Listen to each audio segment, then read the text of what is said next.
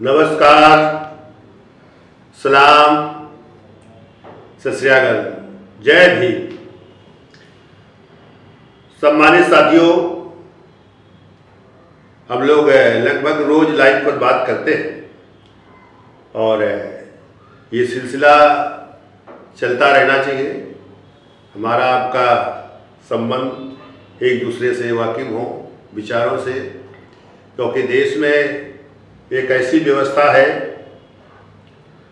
जो अब मजबूर कर रही है कि इस देश में हमें सबको मिलकर इस समाज को मजबूत बनाने के लिए, इस देश को मजबूत बनाने के लिए हमें काम करना चाहिए।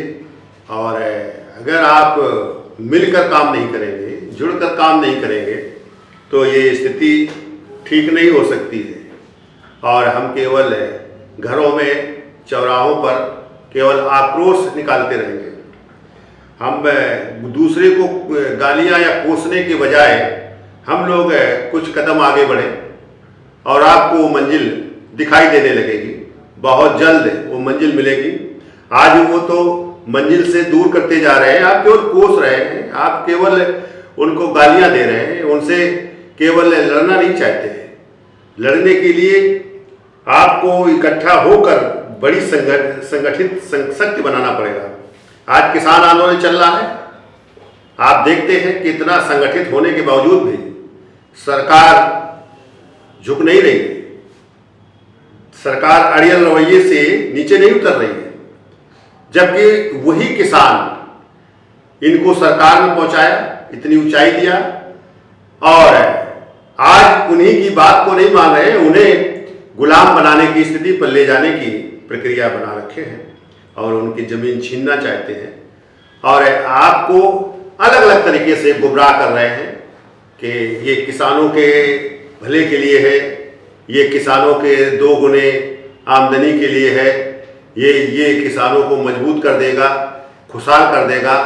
अगर ये खुशहाल कर देगा तो वो खुशहाली नहीं चाहते हैं, तो आप खुशहाल होइए और ये बिल वापस लीजिए, क्योंकि बिल ये देश को बर्बादी की तरफ ले जा रहा है। अगर पूंजीपति अगर खुशहाल करता तो फिर इतना बड़ा पूंजीपति नहीं हो पाता, क्योंकि पूंजी का स्टोर ही दिखाई देता है कि लोगों को कमजोर करना, गरीब करना। आज अंबानी, अडानी ऐसा लगते हैं कि आपको खरीद लिया है या आप उनसे बिक चुके हैं, जिसके कारण से आप अपने अड़ियल रवैये से पीछे नहीं हट रहे हैं और सरकार जो चुनाव अब नए हो रहे हैं उसमें आपकी स्थिति खराब हो रही है, लेकिन इसके बावजूद भी आप उससे टसमस नहीं हो रहे हैं। उस कानून को, उस बिल को वापस नहीं ले रहे हैं, न ही उसके बारे में कोई बातचीत कर रहे हैं।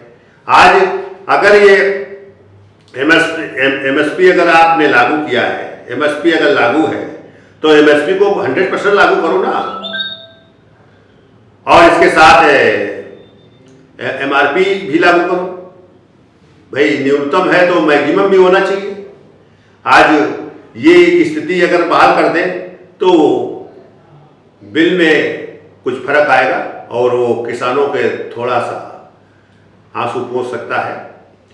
और लेकिन ये बिल इसलिए ठीक नहीं है कि अगर 2 व्यक्तियों को पूरे कारोबार को दे दिया जाएगा तो ये जरूर है कि नुकसान के अलावा फायदा नहीं हो सकता है। पहले भी इसी तरह का सवाल था, तो पूंजी को स्टोर करने की स्थिति थी। देश बहुत बुरे हालातों में था, लोग जो है भूख से मरते थे और आज भी भूख से मरने की स्थिति रहती है आपके कानून के द्वारा। अगर आप उन्हें संसाधन मुहैया कराते तो ये स्थिति नहीं पैदा हो, और संसाधन मुहैया नहीं करते हैं और उसको रोकने का काम कर रहे हैं और इसको खरीदने का काम कर रहे हैं, उनको जमीन के कारोबार से अलग करने का काम कर रहे हैं। आज तो कुछ दिन तो सही हो सकता है, लेकिन कुछ सालों बाद, 2-4 साल बाद, 5 साल बाद वो स्थिति ऐसी नाजुक हो जाएगी कि वो काम से अलग हट जाएंगे और उनका दर जो है घट के नीचे आ जाएगी, जिससे उनकी माली हालत बिल्कुल खस्ता हो जाएगी और वो अपनी जमीन को बेचने के लिए मजबूर हो जाएंगे। इसलिए ये किसान आंदोलन चल रहा है। किसान आंदोलन इसलिए चल रहा है कि देश में जो क्रय करता है, गरीब मजदूर है, व्यापारी है, जो अन्य लोग हैं, जो इस देश में नेता हैं, जो कोई भी जो अनाज खरीदता है खाने के लिए, तो जब वो पूंजीपतियों के हाथ रहेगा तो आज अगर वो 20-22 में है तो कल यही अनाज 150 से 200 रुपए किलो हो जाएगा। तो ये स्थिति है और वो है, दिखाई दे रही है। आलू का रेट की स्थिति देख लो कि जब उन्हें बेचना होता है किसान को तो रेट बहुत कम होता है और इसके बाद रेट जब स्टोर हो जाता है तो रेट बहुत बड़ा हो जाता है। 30 से 40 रुपए किलो बिकता है, 60 रुपए तक जाता है। वही प्याज का है, ये तमाम तरह का है, जो अनाज का है वही आज हो रहा है। तो इस तरह हमें सारी चीज़ों को देखना होगा और हमने कल एक वीडियो जारी किया था और तो लोगों को बहुत पसंद आया है। करीब हजारों लोग सरप्राइज किया है उसे और उसको चाहते हैं। तो अब मैं 28 तारीख को सीतापुर में एक इसके सवालों पर मीटिंग है, क्योंकि देश को मजबूत करने के लिए राष्ट्रीय भागीदारी आंदोलन की ज़रूरत है और हम अपने साथियों से बातचीत कर लिया है और वो सभी तैयार हैं कि घरों से निकलने के लिए। और उन साथियों से भी मेरा अपील है कि साथियों, आप अगर देश को बचाना चाहते हो तो घरों में मत बैठो, आगे आओ, निकलो, अपने अधिकारों के लिए आप खड़े होंगे।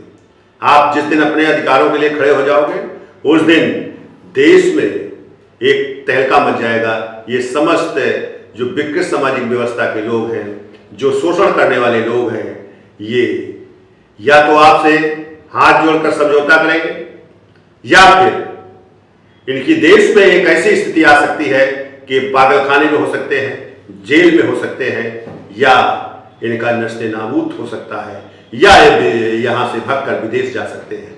क्यों ये इनके साथ, क्योंकि अगर आपसे मिलकर चलेंगे, देश से लोगों के साथ मिलकर चलेंगे तो फिर कोई दिक्कत नहीं, भाईचारा आएगा। तो ये विकृत जो सामाजिक व्यवस्था है, जो मानसिकता ऐसी बनी है, वो खत्म होगी और समान सामाजिक व्यवस्था का उदय होगा। धन्यवाद साथियों, जय भीम, धन्यवाद साथियों।